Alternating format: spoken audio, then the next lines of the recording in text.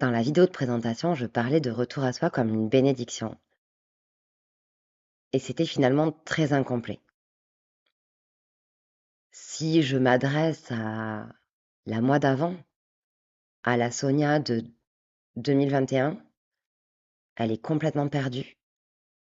Elle est en souffrance. Elle pleure, elle sait même pas pourquoi.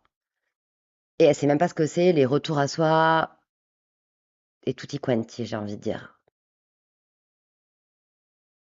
Les retours à soi. Dire que c'est une bénédiction, oui, je le dis. C'est vrai pour moi. Je l'ai vécu. Mais les retours à soi, ça peut aussi ressembler à une malédiction au début. J'ai rien compris.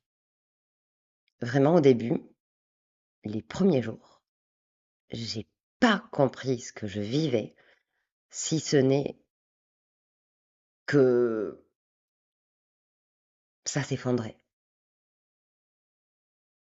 J'étais une personne qui pleurait presque jamais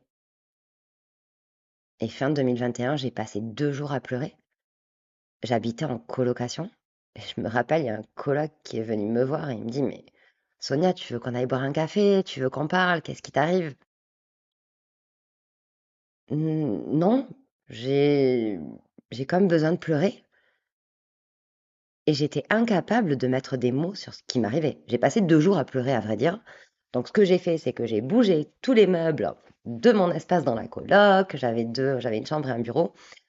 J'ai fait du rangement, j'ai mis la musique à fond.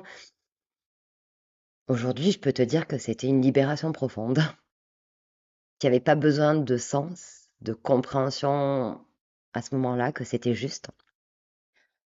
Parce que, bah, de pas pleurer pendant une trentaine d'années, c'est pas très humain aussi.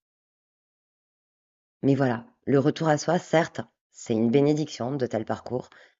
J'ai l'impression qu'on est de plus en plus à être invité à de tels cheminements personnels et pas du tout égoïstes.